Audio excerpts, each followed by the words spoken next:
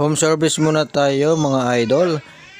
Miyuu Sporty at ang problema, pinuputok yung CDI. So ang ginawa natin ay nag-convert tayo ng CDI dyan para gumana yung unit at ituturo ko sa inyo yung connection. So ayan, ang ginawa natin, nag-convert na lang tayo ng pang wave 125 na CDI.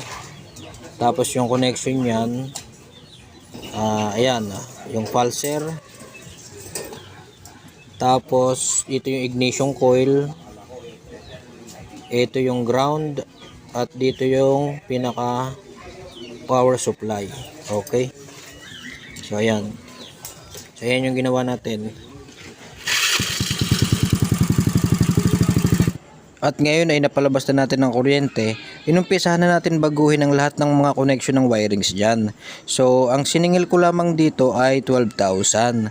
Kaya lang nakiusap sa atin yung may-ari, baka daw pwedeng makabawas.